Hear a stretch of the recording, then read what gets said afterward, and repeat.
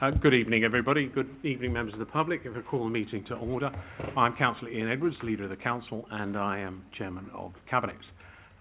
Before we get into the meeting, just make a few introductory comments. First of all, welcome to anybody who may be following us online on our YouTube. And as we have a member of the public present, we're not expecting a fire alarm, but if one does sound, we will be evacuated, and I know Nick will make sure that you're out safely. You can follow us. We'll also be charging the same way, so rest assured you're in safe hands. Can I remind everybody, please, to make sure their mobile and other electronic devices are turned to silent. Thank you very much. We move on to the agenda. Agenda item 1, apologies for absence, Mark. Thank you. All members are present. Thank you. Item 2, declarations of interest in matters before this meeting. Are there any additional interest matters? None indicated. Item 3, to approve the minutes of the last Cabinet meeting. They're on pages 1 to 20. Are those minutes agreed? Agreed. Thank you. Item 4, this is to confirm that there are items of business both in the Part 1, the public, and in Part 2, the private. The items in Part 2 are predominantly contractual in nature, justifying or explaining their reasons for them being discussed in private. However, there is a preview description of those items at agenda item 10. The report does that, and within that report it sets out what each of the Part 2 items is intending to achieve, and the outcomes of the decisions are, of course, published. We will be breaking between Part 1 and Part 2, and I will have to invite our member of the public to retire, and we will also be breaking the new YouTube channel at that point. So without further ado, we move to agenda item 5, and if I could invite the Chairman to come forward and hand over to Councillor Palmer. Thank you, Leader. Before us this evening is a review by the Health and Social Care Select Committee, and their review that they carried out in this comprehensive report is the review of the CAMS referral pathway, and I'd like to invite Councillor Dennis, who's the Chairman of the Health and Social Care Select Committee, to present the report to us. Councillor Dennis. Thank you very much, Councillor Palmer. In the report, in the forward, I thank lots of people, because these reports never get done by one person, they get done by many people, including committee members and others, and especially in this case speaking to the families about their experience, because nothing beats real life experience when you're talking about issues of great sensitivity like this.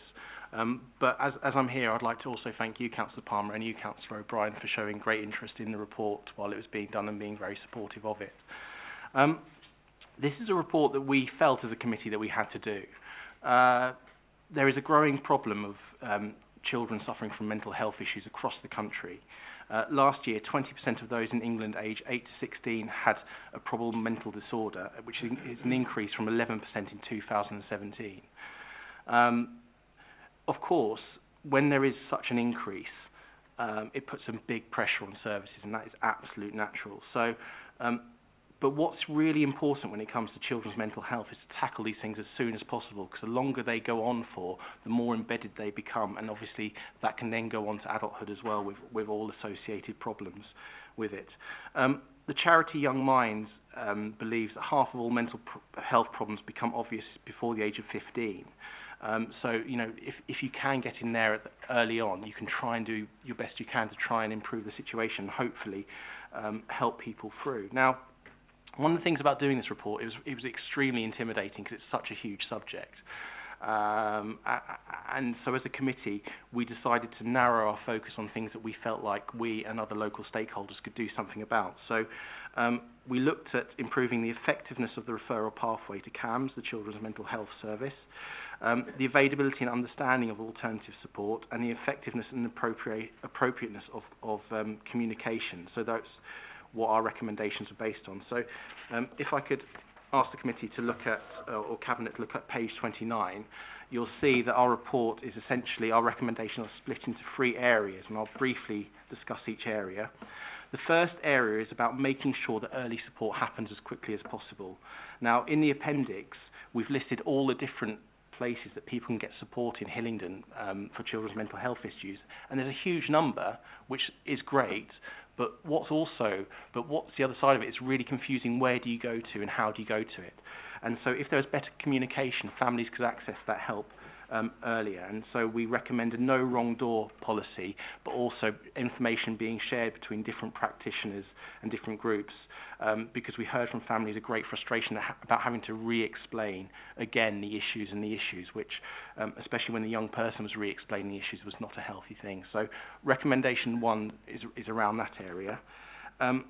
Recommendation 2 is about communication. Now, in some senses, communication might sound like not such an important issue when we're talking about children's mental health. But if you imagine that what a parent is going through when their child is suffering, and then they don't know where to turn to help, and then they think they've got help, but suddenly they go and see someone, and then they spend ages waiting for a response, and they have no idea of a time frame. So they go up in hope and they go down in hope, and we've heard from many families that they found that really tough.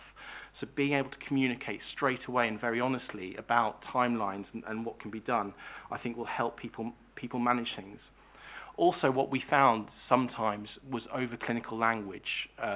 So, for example, if you went through the process of CAMHS of being assessed and CAMHS decided that they couldn't help at that moment, you'd get a letter saying your child has not met the threshold. Now, for somebody at home, a family at home whose child is not themselves, the message that some parents told us they got from that is come back to us when they've done something more serious, which is obviously not what anybody wants. Now, it's not what CAMHS are saying as well, but because of the way it's written.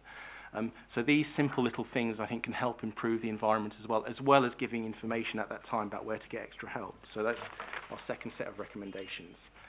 And our third set of recommendations is about creating a parent and young people's board to hold the service to account. Now, I make no apologies, I've completely stolen this from how we do corporate parenting in Hillingdon, because another hat that I wear is as chair of the corporate parenting panel, and recently Ofsted rated our corporate parenting as being excellent, and rightly so. And one of the reasons I'm sure why we're rated excellent is because we incorporate the voice of the child into everything. Now, it's one of those things where at first it's difficult and it takes time, but the reward and the value of incorporating those people into what you do and the feedback you get and being accountable to them actually ends up providing a better service in the end. So, I mean, one of the things that we did realise when we were doing this report is the practitioners themselves, because they're flooded with so much to do, that maybe they didn't have time to step back and really assess how can we try and do things better. So, you know, we were able to sort of say, well, actually, if you do things in this way, it might seem like more work, but actually it'll end, you know, some of the issues that exist, you know, you can resolve them at an earlier stage if you put it in this upfront effort. So, obviously, this is a very important issue that we're all concerned about, and so we hope our recommendations can make some positive difference. Thank you. Thank you very much. I'm going to, is that all right if I go, Leader, and ask Councillor O'Brien, or is that what you're going to do? Certainly, that's what I was going to do. I understand Councillor O'Brien wishes to speak, so Councillor O'Brien. Thank you very much, Leader, and also to Councillor Dennis for the Chairman of the Committee for presenting this evening. Just to avert any confusion, this sits under Councillor Palmer's portfolio because she deals with the health and wellbeing side of the council. However, if I just give you the reasoning that CAMHS means Child and Adolescent Mental Health Services, so therefore it does fall quite significantly within my portfolio, even though I'm not the portfolio holder. So the review by the Health and Social Care Select Committee of the CAMHS referral pathway held staggering data within it, and one of the examples was the increase of 134% in the number of children that were being referred to mental health services by 2021. Just, really staggering numbers. This report focuses on the children's mental health services, and in light of concern that has surrounded this in the national arena, I was pleased that the Select Committee agreed to undertake this review, and it's very brave because it's not necessarily our domain. In the Chairman's forward, it states that it's important that children, young people and their families get help as soon as possible. In addition, the committee were honest in what the council can actually do to effect change, as the council is not the provider of the mental health service. This falls to the NHS. However, consideration of how partners can work together to help improve access was needed and obviously has been raised this evening within the recommendations. The review recommendations have asked for an action plan and asked for a no wrong door policy. This will prevent children and families feeling that they have nowhere to turn into accessing mental health services within Hillingdon. I want to thank the committee for their ability to work on how the council as a partner can make an impact. There are a number of providers in Hillingdon, and the mapping of this should make it easier to advise a young person or the family to the most appropriate services at the time of presenting and how they are presenting. The recommendations are on page 22 of the report, of which I support, and I will now, through you, Chair, hand back to the portfolio holder to propose those recommendations. Thank you. Thank you very much, Councillor Palmer. Thank you, Leader. Thank you, Councillor O'Brien. I would just like to say, before I propose the recommendations, my thanks to the committee for their hard work. This is absolutely an excellent report, and as Councillor O'Brien says, a brave report. There should be clear pathways in order to help children and families get the mental health support they need as soon as possible. Healthy children will lead to healthy mental health in adults.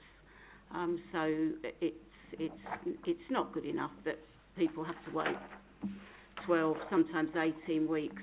And what the recommendations proposed here give me as a portfolio holder clear direction about what residents want and what they expect. And as Chair of the Health and Wellbeing Board and as a member of the Integrated Care Board Partnership, it's my duty to make sure that these excellent recommendations go through. So I would be asking that we agree and accept the recommendations on page 22. They do not have in themselves a direct financial impact on the council finances, so I would be asking, Leader, if we could agree and accept the recommendations.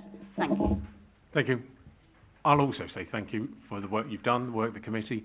It is another excellent example of the value of our select committees, but also highlights here the value of our role as a critical friend to partners. It is together that the public sector delivers services and outcomes, not one branch of us. Our role is around being critical friends to others and being a place shaper. Your report nicely reflects that. It gives us strength, and I very much hope that we are able to influence our partners in the way that you aspire through the report. So thank you very much. Please take my thanks back to the to your members. Colleagues, is that recommendations agreed? Agreed. Thank you. Moving on to agenda item 6. Councillor Bianco. Thank you, Leader. Well, I think it's interesting that this report should follow on from the one we've just heard, because if nothing else, it really shows the wide variety of practices and jobs that the council is faced with, and the tasks it undertakes. We've dealt with something very serious, and this one, which has enormous impact to our residents, often to the tyres and wheels if we don't get it right, is completely different but also important. And I will call on the chairman of the select committee to speak to us imminently. In fact, I think it'll probably be best if he speaks first, and I will make further comment afterwards. Thank you. Councillor Burrows, please introduce your report. Thank you. Thank you, Leader, and thank you, Councillor Bianco, and thank you, Cabinet, for taking this report this evening. On behalf of the Property, Highways and Transport Select Committee, I'd like to present the final report as a review into the Council's highways resurfacing activities. This review aimed to look at what we could do to ensure we continue to achieve value for our residents while upholding best practice and ensuring quality. Throughout this process, the committee engaged in evidence gathering sessions where we had the opportunity to meet with senior council officers, external partners, our highways term contractor, and a cabinet member for Property, Highways and Transport. Their valuable insights form the bedrock upon which our findings and recommendations rest. During the review, two overarching themes emerged. Firstly, engagement and communication. We recognise that effective communication about highways works is paramount. It is not only about how the council interacts with residents and ward councillors, but also extends to external stakeholders, including contractors and other authorities responsible for maintaining our borough's vital highways. Transparent communication fosters trust and ensures that everyone is well informed, so we've made some practical recommendations around this. Secondly, promoting green initiatives and cost effectiveness. As a council, we are committed to reducing carbon emissions, and we acknowledge the need to deliver highways works within approved budgets. Striking this balance is crucial as we consider and implement sustainable solutions for highways resurfacing technologies. We've also proposed some practical recommendations around this. In closing, I extend my heartfelt gratitude to witnesses and officers who generously contributed their time and expertise to assist the committee. I know there is a shared commitment by all, officers, councillors, residents and the administration, to continue to invest in our highways and footways and to keep our borough moving forward. Therefore, I would like to present the report and its recommendations, which are shown on page 46 to Cabinet. Thank you. Thank you, Councillor Burrows, and may I start by asking you to take our thanks back to your committee for their work and their diligent work and the depth that they have looked at this particular issue. I think the good news at one level is that this year we will, I'm pleased to say, be spending more on the maintenance and upkeep of our road network, but it is a job that is everlasting. It's like the Forth Road Bridge in that sense. And when you consider that we have some 700 kilometres of roadway and twice that by way of pavement, which is understandable, there is a lot of area to be covered and to be maintained and repaired. And it's arguable that we could spend twice the amount we currently spend and still not be completely on top of it. And of course, there are cycles to this. The winter and early spring undoubtedly have a very negative impact on our roads, and we spend the rest of the summer and autumn catching up, and then we go through the whole figure again. Getting good value is a really important part of everything we do, and there is no question that we need to keep a close eye on that if we're going to get the most bang for our buck. I welcome your comments, particularly in respect of some of the works we're doing, some of the decisions we're taking around our pavements, because bizarrely pavements pro rata are much more expensive to fix per square metre than roadways, and that of course is due to the lack of big machines that you can get on roads that you can't get on pavements. I think this is a really good report and it's really helpful, and I value, and I'm sure we all value, the recommendations that your committee has made. So I'd like to again thank you for your time and effort in putting this together, and your expertise in arriving at the list of recommendations. And to the Cabinet, I would move, therefore, the two recommendations at the bottom of page 45 and those contained on page 46. Thank you. Thank you very much. Councillor Burrows, thank you again. And from me, thank you also your committee members.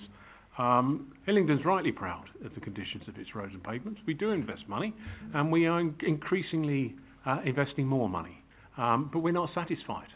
And it's right that our members are not satisfied. You are representatives of our residents, and you are rightly keeping our feet to the fire here. Your report does that. This is evidence of our drive for continuous improvement, to not rest on our laurels and not just see the benefit from the number of pound notes we spent, but also the value that we get from that expenditure.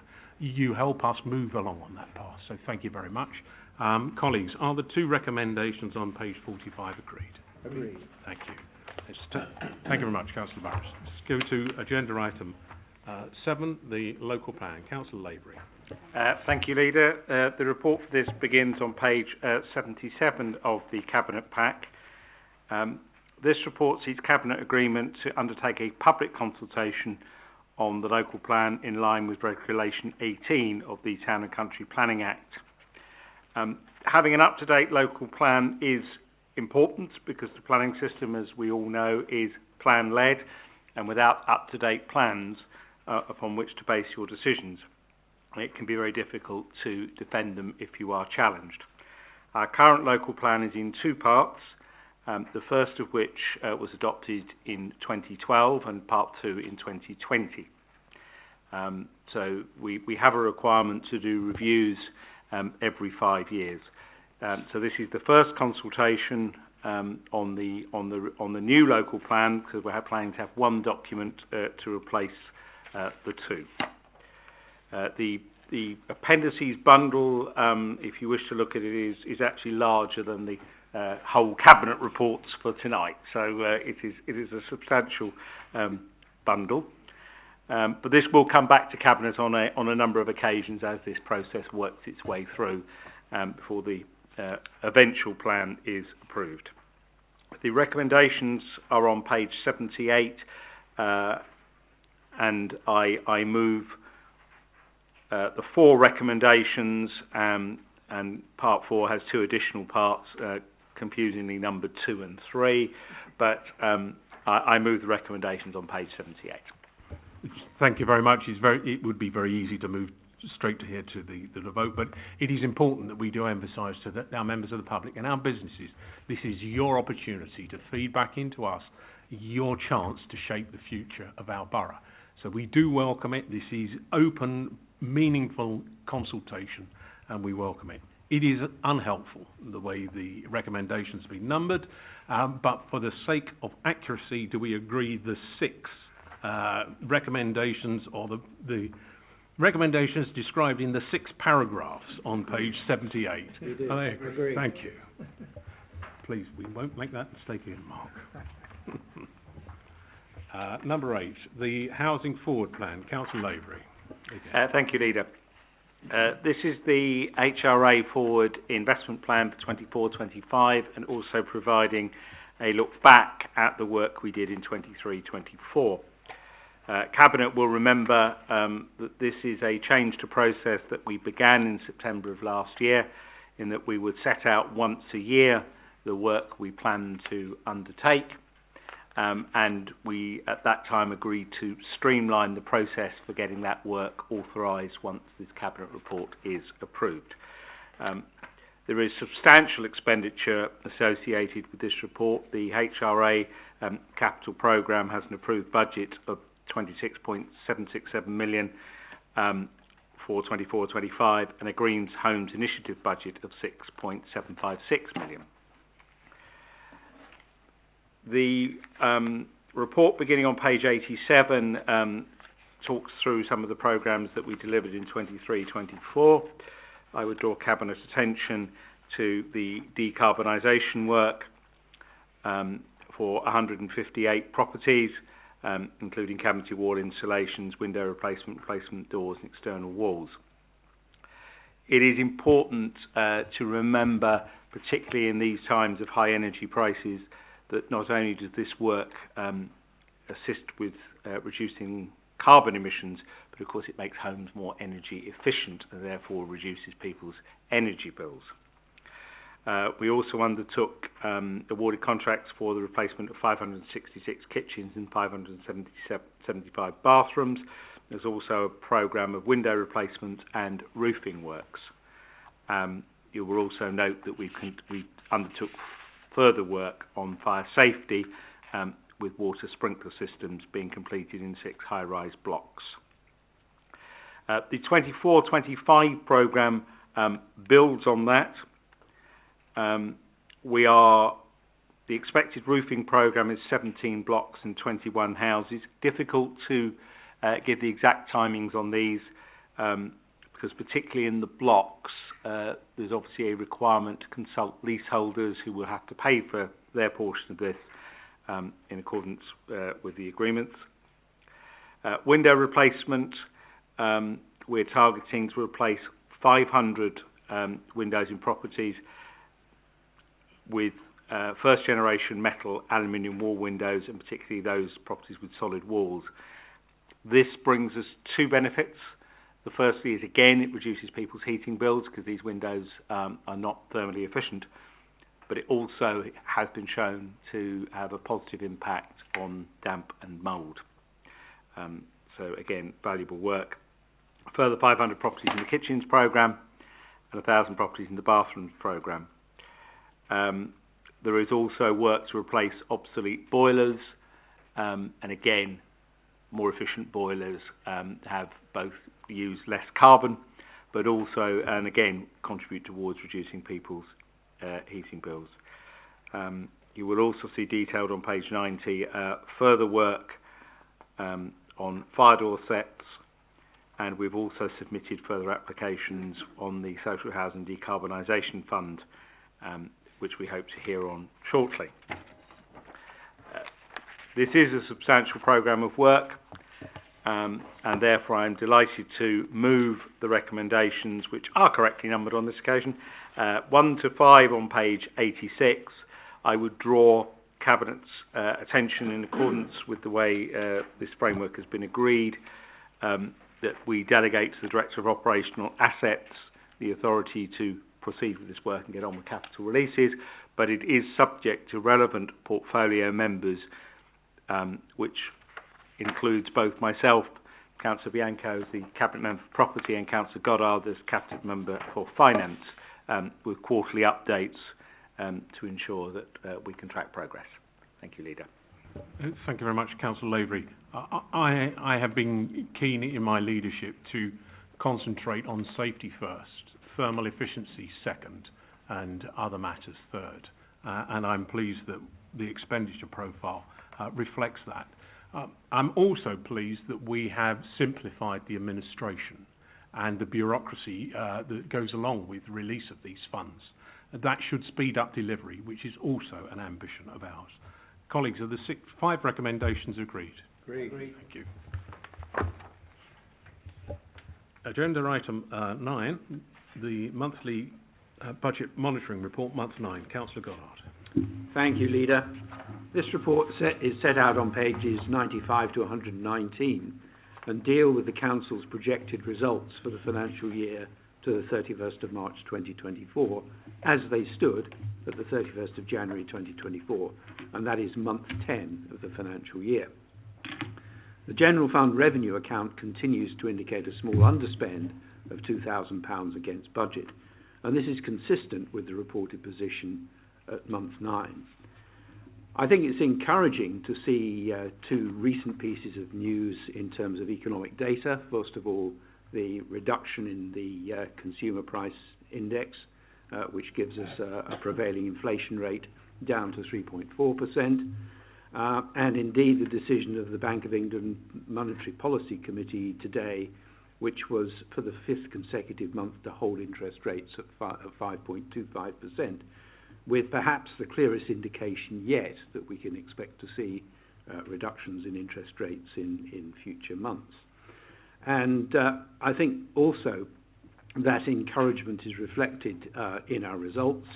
As colleagues will know, we have sustained additional cost pressures throughout the year, which have been driven very largely by resident demand and inflation, and that these have amounted to 3.6 million.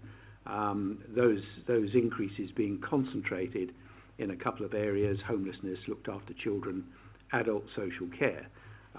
The encouraging news is that we have seen no further deterioration, albeit that we don't see a reduction in those pressures at this stage. So those pressures are reflected against earmarked reserves to the year end, and that will leave us with a balance on our earmarked reserves of £10.4 million as at the year end. However, a significant piece of mitigation against this is the surplus which we are realising on our collection fund, which amounts to £3.8 million, and we will be able to realise the vast majority of the benefit of this in the new forthcoming 24-25 financial year. In addition to earmarked reserves, we've also possess unallocated general balances, which amount to just under £27 million. So in total, we have projected year-end reserves amounting to £37 million, which are at our disposal at the end of the current financial year. Taking a look at our programme of savings, that the position's unchanged from that previously reported, in that we will ultimately achieve our entire target of £22.8 million. The forecast for general fund capital expenditure excuse me, has been updated, and this is now indicating an underspend of £33.3 million in the year, with anticipated expenditure expected to amount to £93.6 million. The vast majority of this expenditure underspend will be, I suspect, rephased into the next financial year. The overall general fund financial position is robust and sound and leaves us in a strong position to move into the new 24-25 financial year. The dedicated schools grant position remains unchanged from the reported position at month 9. The housing revenue account continues to project a full year outcome, which is identical to budget at this stage.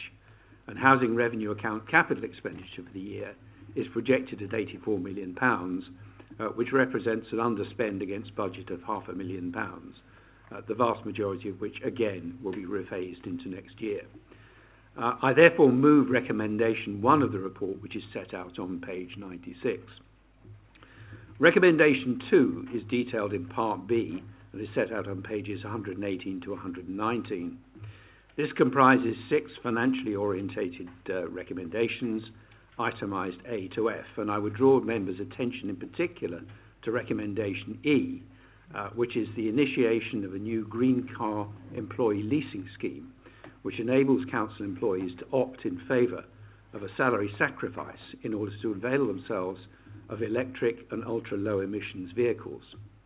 The remaining recommendations all relate to the acceptances of grants, and hence are self-explanatory, and I therefore so move these recommendations as well. Thank you, Leader. Thank you very much, Councillor Goddard, and I'm of course pleased to see that we are beginning to offer these sorts of facilities to our workforce, to encourage them to move over, but also to recognise our value that we have in our employees.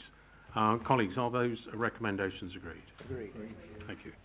Agenda item 10 is a public preview report that gives more information on the matters that we will consider in part 2. It's a bit of a giveaway that there is an addendum sheet introducing another item that it will be considered under the urgency matter, item 19. And I expressly just wish to mention this is the acquisition by the council of 7 3-bedroom family homes to help house families that are presently in inappropriate temporary accommodation. This is an enormous benefit to those households and to future households. Colleagues, is the report at number 10 noted? Noted. Thank you. We're now going to move to agenda part 2, so I must ask members of the public to retire. Thank you. And we will break the YouTube link. Thank you very much.